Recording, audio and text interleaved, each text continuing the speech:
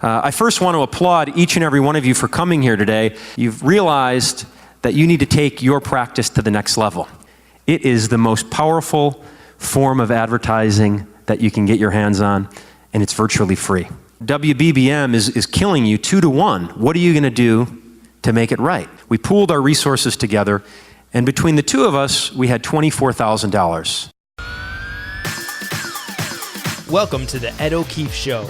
Transform your mind, accelerate your business, energize your body, and inspire the world.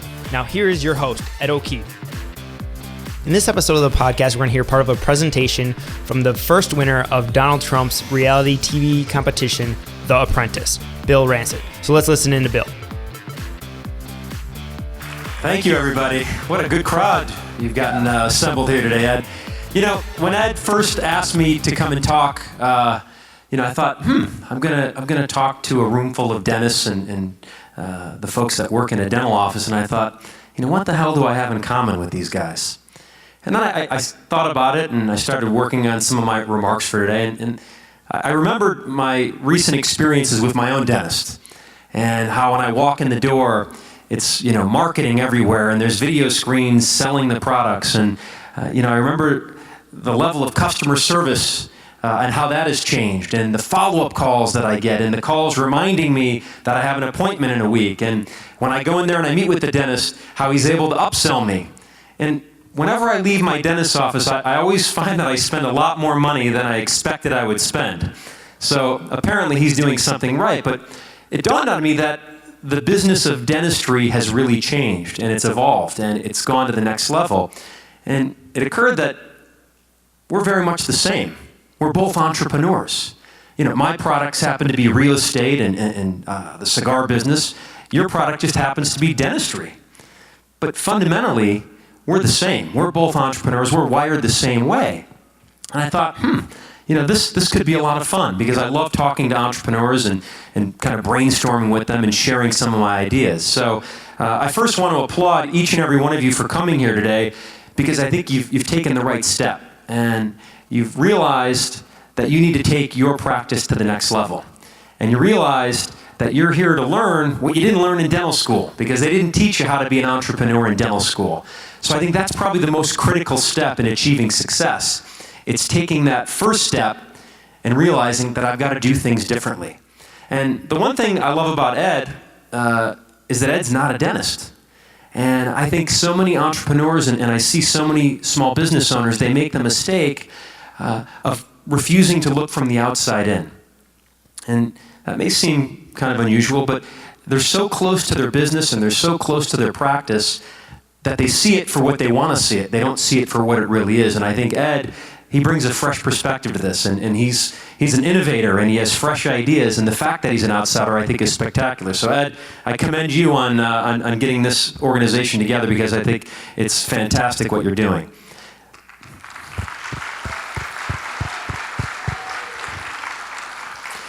Now, I'm an entrepreneur. As Ed mentioned, I started a company called Cigars around the world, I guess about 14 years ago, and I did it because I wasn't satisfied, and I wasn't reaching my full potential. And much like many of you, you didn't want to accept being average anymore. You didn't want to just go through the motions. And I was at a job that I didn't like, and I was just kind of going through the motions, and I'd seen some things that I didn't really think were for me.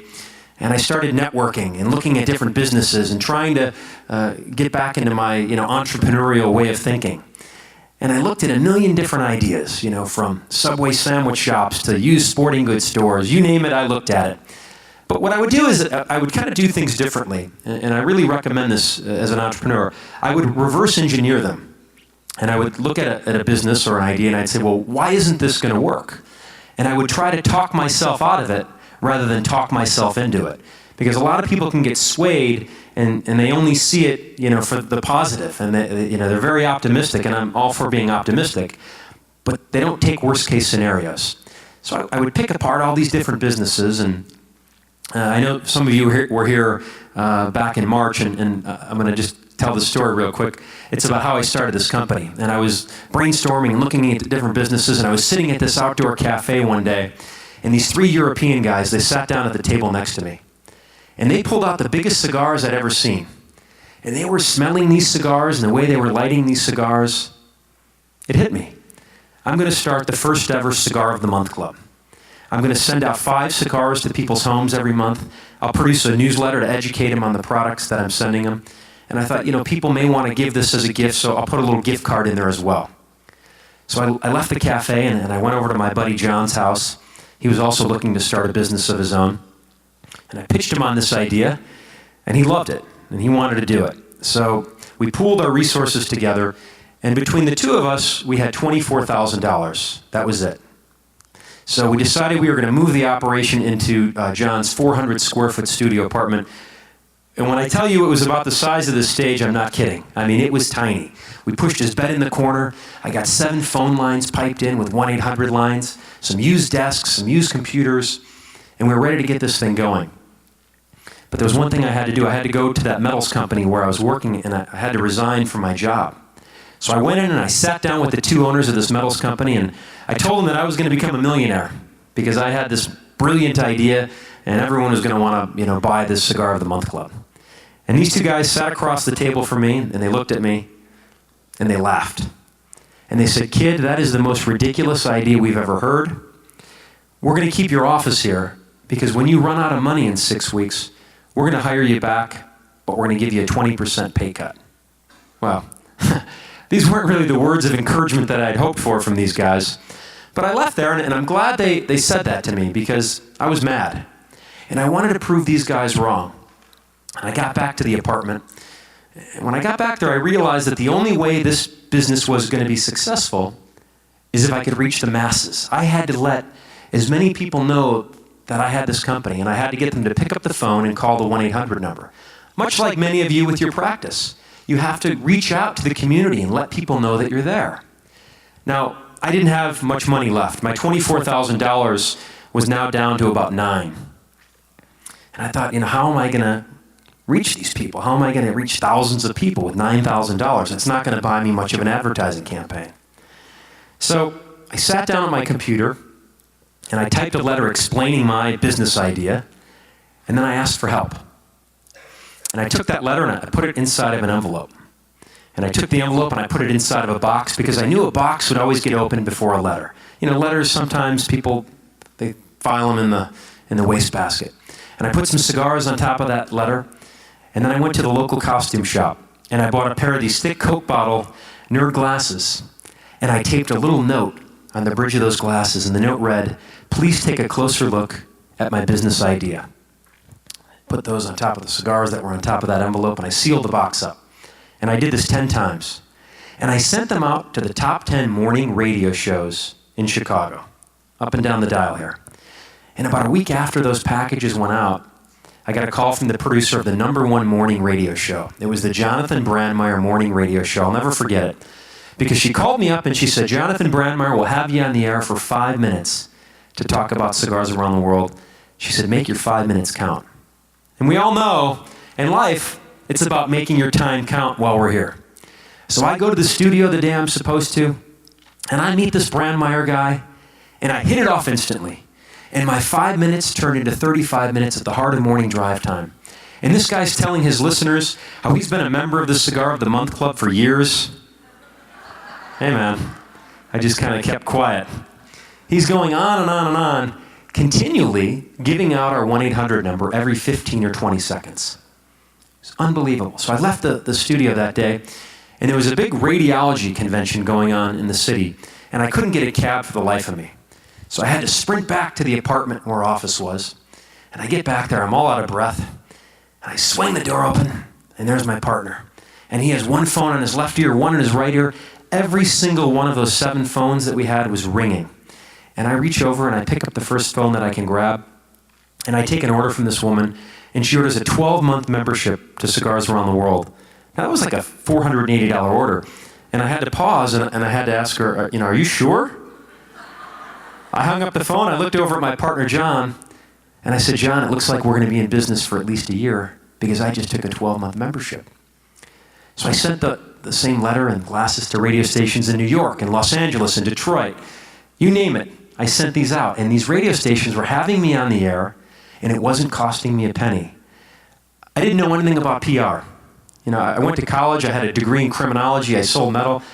I quickly learned the importance of PR. How many people in the audience use PR for their practice? Boy, that's not many. It is the most powerful form of advertising that you can get your hands on, and it's virtually free. So these phones are ringing and ringing and ringing, and as an innovator, which many in the room are, you're always looking to take that idea to the next level. I thought if this works with radio, it'll certainly work with television. So I modified that letter, and I thought Katie Couric and I could sit out in the plaza, the Today Show, and share a cigar together and talk about what a great gift this would make. And I sent those things out to every single daytime talk show on TV. And a week went by, and I didn't get a call. Second week went by, I still didn't get a call. Third week goes by, it's the end of the third week, and I finally received my first call from that wave of packages. But it wasn't quite the call that I'd hoped for. I got a call from the producers of the Danny Bonaducci daytime talk show. Right? Now, Danny Bonaducci had a daytime talk show that was on the air for, I guess about 6 weeks. I got on his show twice in those 6 weeks. But then I got on Good Morning America. And I got on not the Today Show, I got on CNN. Later on, I got on the Today Show. But within the first 30 days, we opened up those phone lines for business. We had over 1,000 members to the Cigar of the Month Club. Now, the PR thing, not only was it valuable because it made our phones ring, it was valuable because I was able to find out which avenues were effective in advertising. I got to find out which radio stations worked. I did a lot of stuff with the local newspapers and some of the publications. And the one thing we did is we tracked every single phone call that came through those phone lines. We would find out where they heard us, what time of day they heard us. We would gather as much information as we could after we got the order. And there's a lot of power in that because we would then follow up those radio stations that worked with paid advertising. We would buy commercials, but we wouldn't do it unless we got the free commercial, the free ad, or the traffic sponsorship, whatever they could give us just to test the market. And there was a lot of power to that. Now we got this thing up and running, and boy, we went from 1,000 members to 4,000 members to 8,000 members. I mean, this thing was running like you wouldn't believe. And as business started to become more and more successful, I remembered when I was a kid, and my buddy Carson, his family owned a lumber yard, and they needed me to come in and help them out for a couple days because a few of their guys were sick. And I went to this lumber yard, and I was a very observant kid. I was probably 15 or 16, whatever it was.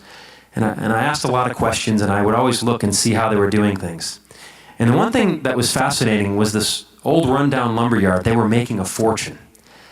But what they did was they used every single piece of that wood. If they had a 2x4 and they had to cut it to 2x8, well, the remaining 4 inches, they would use that and they would sell it. They sold every single inch of that wood, including the sawdust. They were taking out truckloads and truckloads of the sawdust, and they were making a fortune just from the sawdust alone. And as my business was up and running, I thought to myself, where is the sawdust? Where can I make more money? And I would be receiving all these phone calls with people who wanted to buy my mailing list because my mailing list was so valuable. I had all these high-end customers who were getting these cigars every month. And I thought to myself, that's my sawdust. I'm not going to sell my mailing list because that's my biggest asset, but I'll sell advertising inside of the boxes. So people who wanted Mont Blanc pens would buy an ad, and we'd, send those out every month, and I was getting, $1 or $2 for every single card that they would put in our boxes. So they were paying for my shipping on the packages that were going out to these people every month. Where is your sawdust? Where is your sawdust in your practice? You've got to ask yourself that question. How can you make the best use of every patient that comes through your door? Advertising. How many people do radio advertising? Newspapers? Anyone? Okay. Advertising is a funny thing because it's probably going to be your biggest moneymaker if you do it right. If you can get out there and combine PR and advertising. And like I said, we went and bought radio ads all over the country, New York, Los Angeles, Detroit, Seattle. And what we did was we tracked every call, every order that came in. But more importantly, we created a competition among the different radio stations in the market. And here in Chicago, there's 4 radio stations that we would advertise on. And we tracked every call, and we would call our sales reps, and we'd say, listen, Tom, WBBM is killing you 2-1. What are you going to do to make it right? And these guys never wanted to be in last place, so they'd say, well, we'll throw you some free traffic sponsorships, or we'll get you another interview. We had to manage that process, and I'm going to talk about the importance of micromanaging the processes. But you'd be surprised when you do that, and when you create that competition among the different stations in your area, how they're going to want to rise to the occasion, and they're not going to want to be in last place. It's a simple phone call. The worst thing they can do is say no, and then you threaten to pull your advertising. They're not going to want to lose you as a customer. But you need to make sure that you're squeezing every inch out of that dollar that you're spending on those radio ads or those newspaper ads, and you've got to track every single call that comes in. This episode is sponsored by Marine D3. If you want 24-hour antioxidant protection while giving your brain, eyes, heart, and overall energy a jolt of long-lasting nourishment, then Marine D3 is for you. This is my number one top-selling health product that I've sold over 500,000 bottles, and right now, 80% of our sales come from repeat customers.